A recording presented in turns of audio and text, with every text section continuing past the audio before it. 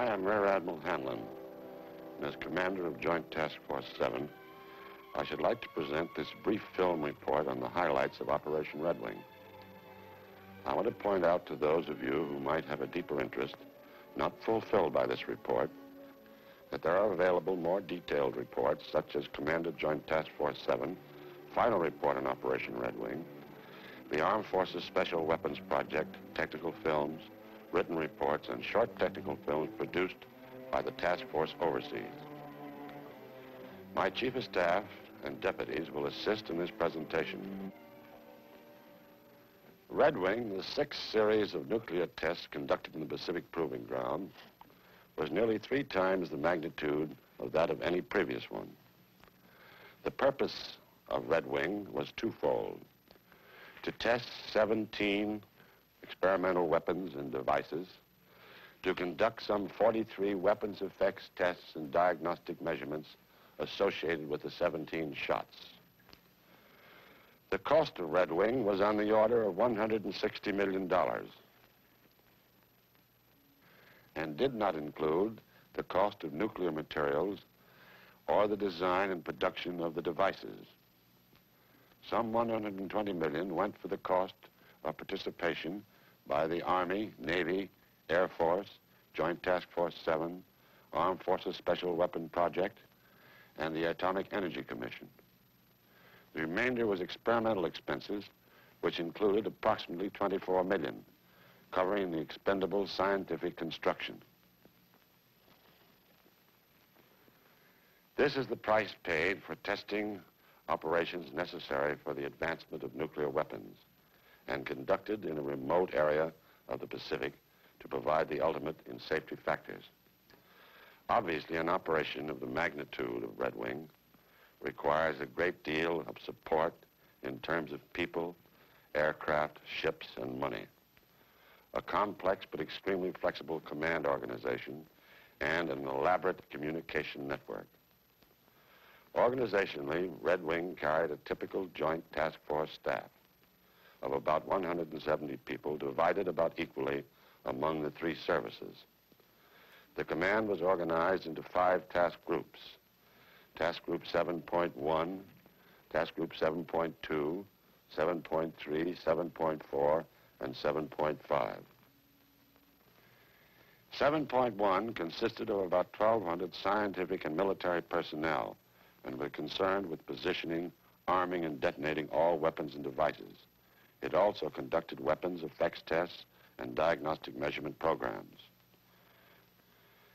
7.2, about 1,200 Army personnel, provided ground security, operated communications, provided certain logistic support, including 550 vehicles of all types, and some $1.5 million worth of signal equipment. The Navy Task Group 7.3, with some 22 ships, 31 small craft, 37 aircraft, and approximately 6,000 personnel, provided security and safety patrols in the danger area. Surface ship transportation between the Pacific Proving Ground and the zone of the interior. Small boat and helicopter transport at Bikini Atoll. Shipboard command and communication facilities and support of numerous scientific projects. The Air Force Task Group 7.4, with some 2,300 personnel and about 130 aircraft, exercised air control and directed operation of all test and support aircraft, was responsible for search and rescue functions, provided weather service and air transport at Eniwetok Atoll and between Bikini and Eniwetok Atolls. Task Group 7.5, with about 2,000 civilian personnel, provided base logistic support, built structures for effects and diagnostic measurement programs, and operated a boat pool at Eniwetok Atoll. We planned Red Wing so as to utilize the 2 atoll concept. That is, large, hard shots were fired at Bikini, and the small, relatively easy ones at the Eniwetok Atoll. Actually, on 2 occasions, shots were fired nearly simultaneously at both atolls. This was an innovation unique to Red Wing. From the very beginning, great emphasis was placed on the safety of the personnel in the Pacific Proving Ground, natives of the Marshall Islands, shipping and air traffic. For the latter part of Castle and for Red Wing, the danger area was increased to about 400,000 square miles to afford adequate protection. The smaller area was the air control area. A continuous search of the large area was conducted by a squadron of Navy patrol aircraft. Better weather information and therefore more reliable forecasting was realized through a weather central staffed with highly qualified personnel from all services. The acquiring of a new type of weather balloon operable above 90,000 feet, development of the WASP, high-altitude weather-sounding missile, effected to altitudes of about 100,000 feet and launched from destroyer weather ships, and construction of 4 weather stations by the task force to augment the existing Pacific Area Weather Service. In the RAD-SAFE area, we had an effective fallout prediction unit in headquarters. Another innovation was equipping of this unit with fallout computers, recently developed by the National Bureau of Standards and the Sandia Corporation. 17 RAD-SAFE monitoring stations were located throughout the Pacific area to provide further protection. In the interest of fish life protection, marine radiological surveys were made of large areas in Pacific Proving Ground and vicinity by Navy ships using scientific personnel of the Atomic Energy Commission, Division of Biology and Medicine. This was done first about the middle of the operation and again after the operation terminated. The Scripps Institute conducted continuous oceanographic analyses of fallout areas. I should like to digress for a moment to comment on the official observer program sponsored by the Atomic Energy Commission and the Department of Defense. During Red Wing, we had 6 separate groups of responsible military and civilian officials, and in addition, large numbers of technical observers visited the Pacific Proving Grounds. As a result, the military representatives and high government officials obtained an understanding of the business which should be of great value to them and their parent organizations. Of special interest was the press and Federal Civil Defense Agency observer groups. The press group consisted of some 15 media representatives from the field of television, radio, newspapers, magazines, and periodicals. A like number from the Federal Civil Defense Agency from all over the country witnessed the shots. These groups witnessed the Cherokee airdrop, which was declared an open shot for this purpose.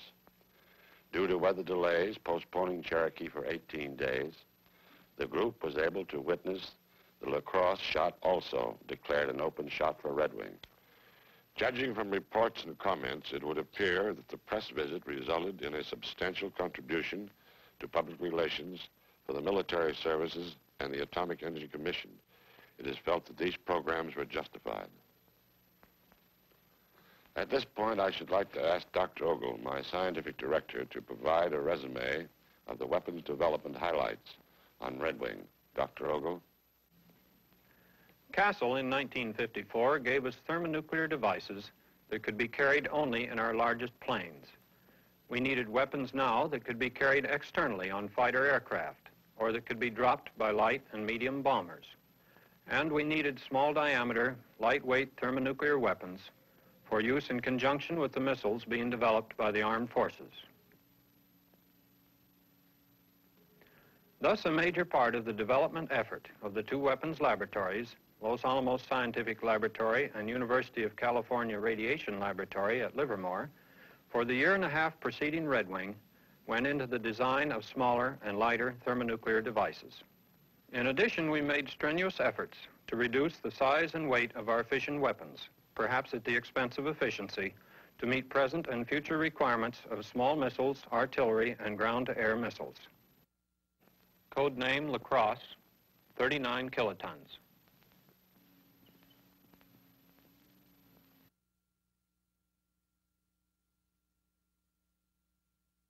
Code name Cherokee, 3.8 megatons.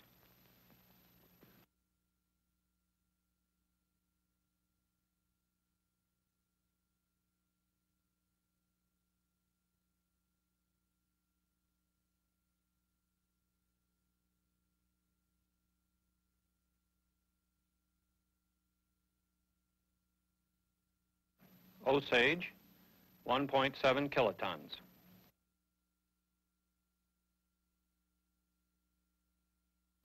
Erie, 15.5 kilotons.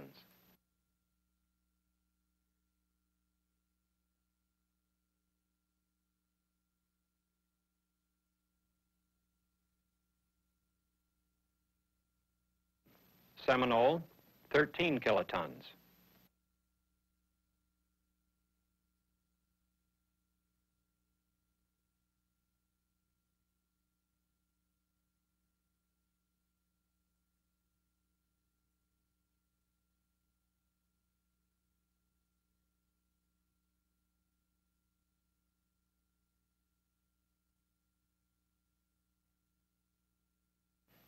Flathead, 375 kilotons.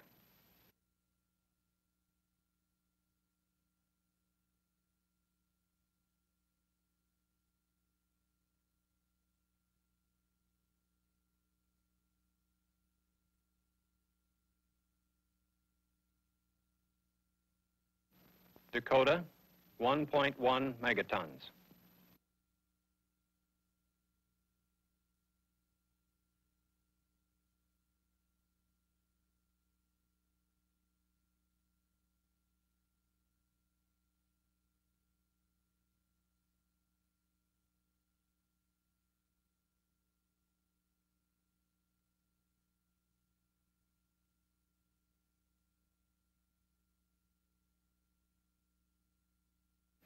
Apache, 1.9 megatons.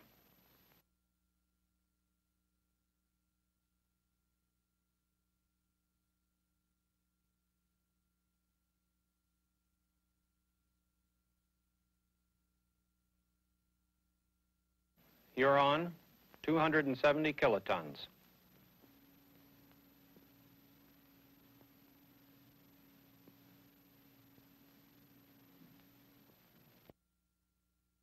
Mohawk, 350 kilotons. The main contribution of activity to fallout from such devices comes from the radioactive fragments produced by that fission. Such fallout may seriously contaminate the region close to a detonation. It may injure or kill people several hundred miles from the point of detonation.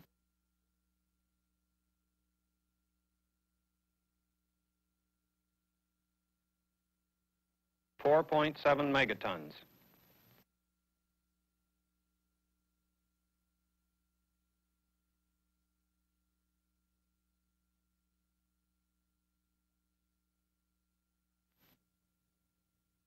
Tiwa, 5 megatons.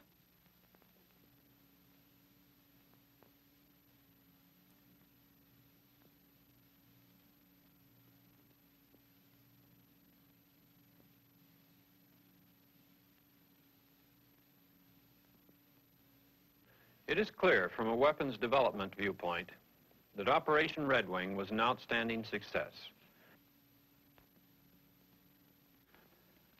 The key areas of Army interest were static and dynamic pressures produced by detonations of various yields, and especially study of the long positive phase resulting from both air and ground bursts in the megaton range. We collected data also on the rapid determination of fallout. Here we are interested because of the proximity of friendly installations to targets on the atomic battlefield. Such data is, incidentally, completely dependent upon timely and accurate weather information. To protect our stockpile of tactical atomic warheads, as well as to impair or destroy the enemies, the Army required knowledge of the vulnerability of nuclear weapons. One other key factor in our support of atomic strikes is definite knowledge of the yield and ground zero of our weapons. Red Wing experiments dealing with the detection, location, and analysis of atomic bursts were successful. This will lead to the development of portable, self-contained instruments capable of continuous surveillance of the atomic battlefield. The results of Red Wing were of considerable interest and benefit to the Navy. An outstanding feature was the increased yields obtainable from devices of greatly decreased sizes and weights. Such factors will permit diversification of delivery systems in aircraft and ships. Our first-line carrier aircraft, the A3D, or Sky Warrior, was exposed to blast and thermal effects from megaton yield weapons. It was also positioned to simulate a drop aircraft, and these tests indicated that the A3D can deliver megaton weapons with a good escape probability. In the field of atomic defense, progress was also made. All ships of the Navy Task Group were equipped with washdown systems which proved to be most effective. Preliminary data gathered from specially configured remote control ships in the fallout area provided additional information regarding decontamination procedures in general. Data to determine the relative radiation dosages from the air, water, and the ship's weather surfaces was also collected. This knowledge provides additional criteria in the development of ship's shielding. Also, experiments with types of protective coating were conducted on ships and certain test aircraft. Spraying of a paint-like substance on exposed surfaces added a high degree of protection against contamination. The results of these experiments will assist us in the determination of naval operations in heavy fallout areas, as well as provide valuable data for the design of naval vessels of the future. The Navy is also interested in the many aspects of the various weapons effect tests as they pertain to aircraft, which will be discussed by General Griffith. Throughout the operation, the necessity for fast and accurate weather predictions was demonstrated. The Navy will benefit from the development of the WASP, a high-altitude wind-sounding rocket, and by the increase of altitude of weather balloons. These two developments will provide faster and more accurate weather data from altitudes of 60,000 to 100,000 feet. In addition, the regular Navy window shells prove most valuable for soundings up to 34,000 feet. All this will lead to an increased effectiveness of fleet operations in the conduct of atomic warfare. In conclusion, the 6,000 naval personnel gain valuable experience, as they are much better prepared to cope with the many aspects of atomic warfare and will form a nucleus to instruct other naval personnel. The scope of Air Force operations in Red Wing precludes a discussion of the results of each program in which we had a vital interest. In view of this, I have selected and shall briefly summarize only two which I consider most pertinent to this presentation: the Aircraft Effects Program and the Early Penetration Project. The Aircraft Effects Program was designed to test the structural responses of operational type aircraft to the blast and thermal loads experienced in the vicinity of nuclear or thermonuclear detonations. The particular Air Force aircraft tested during wing were the B-52, the B-47, the B-66, the B-57, the F-84F, and the F-101. These aircraft were positioned to receive the type loads they would experience during weapon delivery. In general, they were flown directly over ground zero at a time shortly before, at, or after the burst time to receive the desired effects.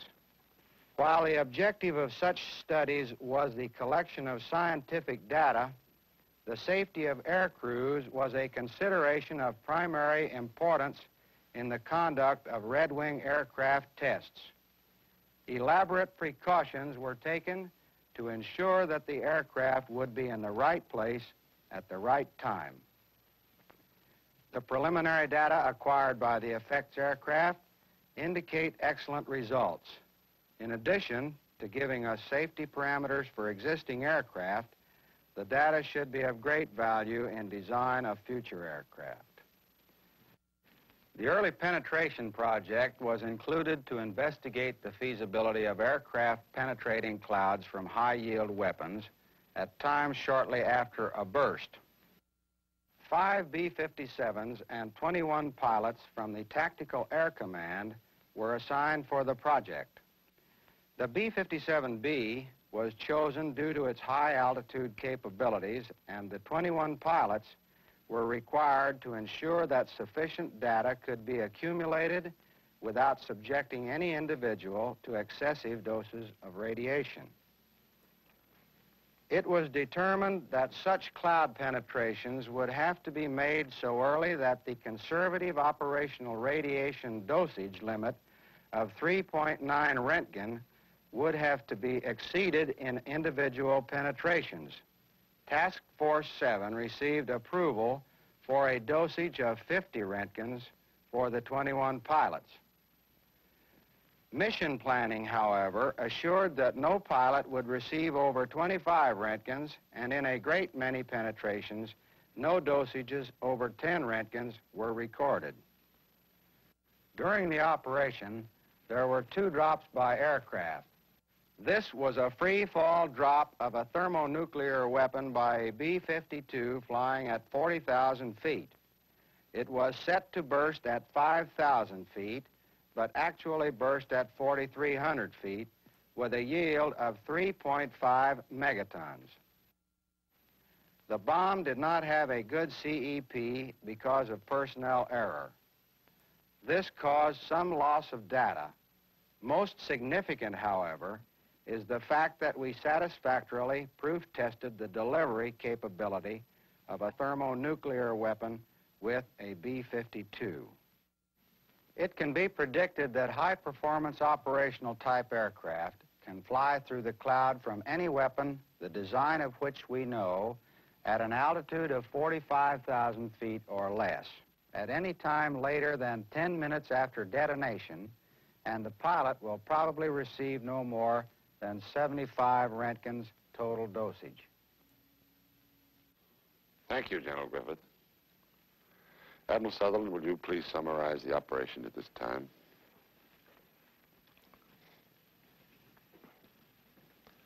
Technically, operationally, and militarily, Red Wing may be summarized in one word: success.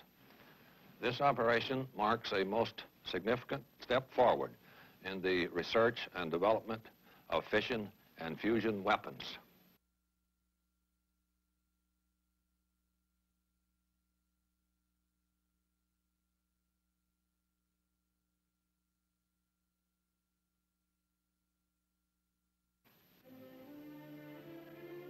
These successful tests will lead to the development of a variety of weapons calculated to meet a wide range of military usage, including defense against air attack.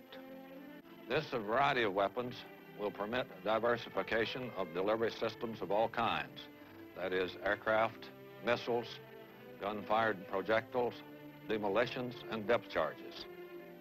The emphasis on safety of task force personnel, of the Marshallese population, of transit aircraft and shipping paid off 100%. Most important in the safety program was the ability to predict and hence predetermine radioactive fallout. The key to this was greatly improved weather forecasting stemming from increased knowledge of tropical meteorology. In carrying out the Red Wing test series to its successful conclusion, one factor, a most gratifying factor, is quite evident.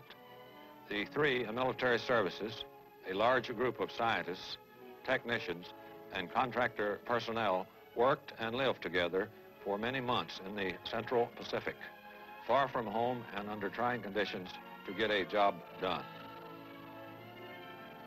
This job was accomplished, and the many benefits are already being put to practical use. This concludes Admiral Hanlon's film report of Operation Red Wing.